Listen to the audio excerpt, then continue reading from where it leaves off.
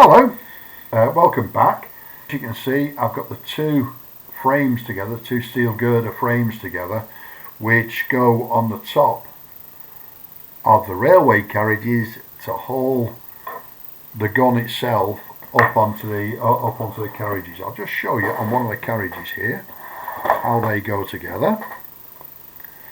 And as you can see, there's a hole in the back. There's two pins. They would be the locking pins in real life, and that hole would sit on top of the bearing. You can just see two indentations on the top of that steel beam there, and they sit into the top of the jacks. So what would happen is, in the top of the bearing there are three holes. This frame would sit into those three holes like so. In real life, what would happen is the steel frame, the girder frame, would sit into the three holes on the top of the bearing. The levers underneath would lock it into place, and the hydraulic jacks here would lift or lower it as necessary. And the idea is that this would lower right down as such. You would fasten the thing to the top of the gun, and then you would jack it back up again like so, and it would lift the gun off the ground. Quite a simple exercise, really.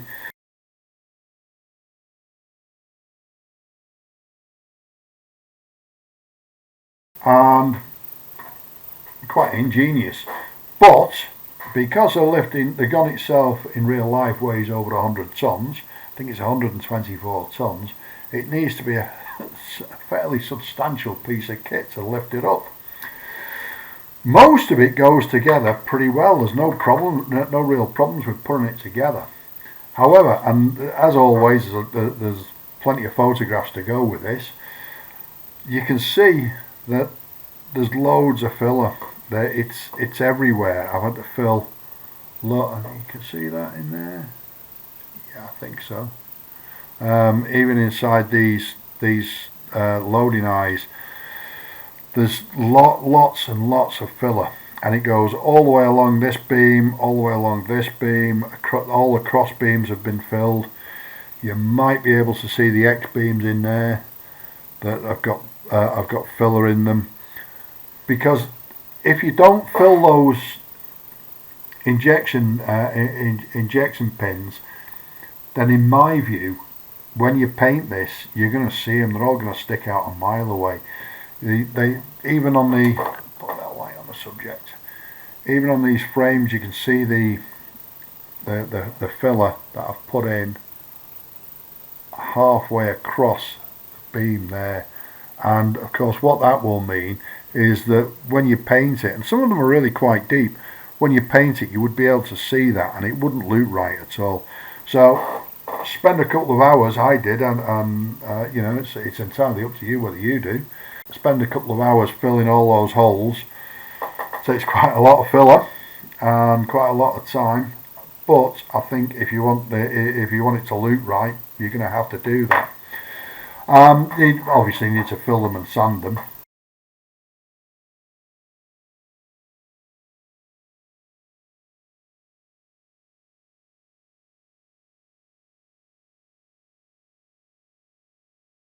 The whole thing goes together really quite easily. These little blocks here, which lock the two frames together if the wagons are being transported without the gun, and that on the other frame, its sister frame, that one locks into that, and it's the same on the other side, into that pin there. That's the only two pieces of PE on the whole frame, and that pin sits in the middle of it. To get the pin through the hole on the holes on the PE, I had to file it down very carefully until it fit through there. I tried filing the hole bigger, but there's a danger. As you can see, there's not much metal on there, so there's a danger of making a hole too big and leaving no metal. So you need to sand or file that pin down so that it will go through there. because it's PE, as I'm sure you're aware, as again I don't want to teach anybody to suck eggs, but if it's PE, then it's not glued on as well. The glue doesn't hold it quite as well as the plastic, so any force will knock the PE off, and you keep having to glue it back on over and over again. Back to these two locks here. What they are, that handle simply turns over that way or that way, and little lock underneath it. You might be able to see the two pins in there, two jaws. There's two jaws there that hook over the top of this and lock it in place. The thing is, when you put them together, these are the things here, and obviously it says make two. You're going to make four because you're making two frames, and there's two on each frame. And these pieces, B21 and B22, line up perfectly with the back of that piece, B19. The reality is, inside B22 and B21, there's a little piece, a little square piece, and you have to put that square piece on here. So in reality, this edge goes like that around the back, and it sticks out about 1.5 mil, 2 mil. And if you don't do it that way, you can see it actually doesn't stick out that much. It sticks out about 0.5 mil. You can just see it there. Okay, and if you don't do it like that, and the same on that one, and I glued them so that they were flush with the back because it seemed the logical thing to do. And then when I came to put them on the top of the girders, this one here, these two pieces, there's a rivet between them. It's hard for you to see that. I can see that now. There's a rivet between them, and that won't fit. They won't fit on the frame then, which is a bit of a pain, because what you've got to do then is cut the two side pieces off, and I'd glued them all the night before, so it was fairly well set. Brand new blade. I'm sure you know how to take things apart. I'm not going to try and teach you to suck eggs. And then cut them down and then re-glue them in the correct position. I wasn't that best chuffed with that. It was quite a lot of work, that. Everything else on it went together really quite well. There was no messing around with it at all. The two ladders, I'll put that there. Bring this one over. The two ladders are supposed to go inside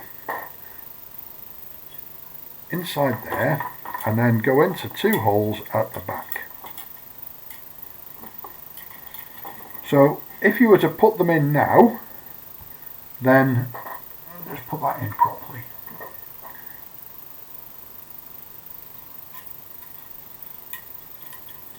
You've got to work your way around it, and it still sits in there like that. If you were to put them in now, then you'd have the devil's own job to paint them. And I'll tell you why. Because that ladder in scale is going to be about 15 feet long. That's a hell of a ladder. Now, if it was made of steel, you'd need a very strong lad to pick it up and put it at the side of the thing.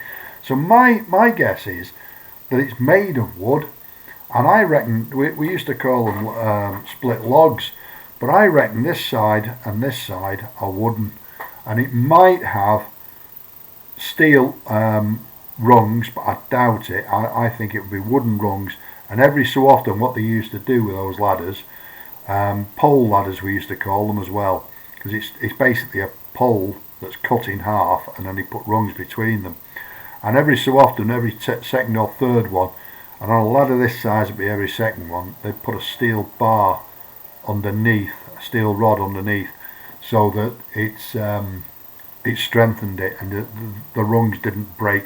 And if a rung did break, you didn't go too far down, you only went down one rung. But I reckon that would be wood. I've searched the internet, and the German tank museums all over the place to see if I can find any real pictures, any real photographs of these railway wagons. and the framework, steel framework on the top, the girder work, can't find them anywhere. So I can only guess that this was made from wood and bits of steel underneath the rungs, as I say, as we used to use them in this country. Long time ago, dangerous ladders, nobody liked them. They had a tendency to split halfway down, especially a long one as this would be. So that will be painted as a dirty type of wood, because it sits in that frame, and it would sit there for quite a long time. It would get a lot of muck, a lot of rain, a lot of weather on it. It's and as I say, with a piece of wood, that's not a good thing, especially when you're climbing up it for about 14-15 feet. That's about it for those frames. They don't go on. I'm not going to put them onto the railway wagons yet, because as you may have noticed earlier, while I was trying to put that one on, there's a lot of force. They're not balanced very well at all. It's a nightmare putting them on. They're not balanced very well at all. Oh, there you go. Let's see if we can turn that around while it's on there. And you can see by the scale of it that that is a big piece of kit to sit on top of a railway wagon, and I'm going to glue it on when I need to glue it on. On the instructions it actually says to fix it to the gun and then fix it to the railway wagons. So that's probably what I will do. That's about it for now. Where we're going next, I'll take that off so it doesn't fall off. Where we're going next is starting on the gun itself. So as you can see, it goes back to section 1 again, because it's a completely different assembly. It's the gun that's being assembled. A lot of wheels to put together. There's 16, 16, 32, 32, 34, 36 wheels to put together, and all the bits, they're all in halves. Then they're attached to the hull of the gun. Probably won't do that until after it's all painted. Then the suspension arms, and there's quite a few bits and pieces to go together for each suspension arm, and it makes 7, 14, 14, 16, 18 of them. So again, that's quite a lot of work, and that's probably as far as I'll go. And what I'll do is I'll put that together and then make another video. Thanks very much for watching. If you have any comments, any suggestions, be them good or bad, please leave them in the comments box below, and it would be great if you could like and subscribe. Thanks very much for watching again, and I'll see you next time. Ta-ra!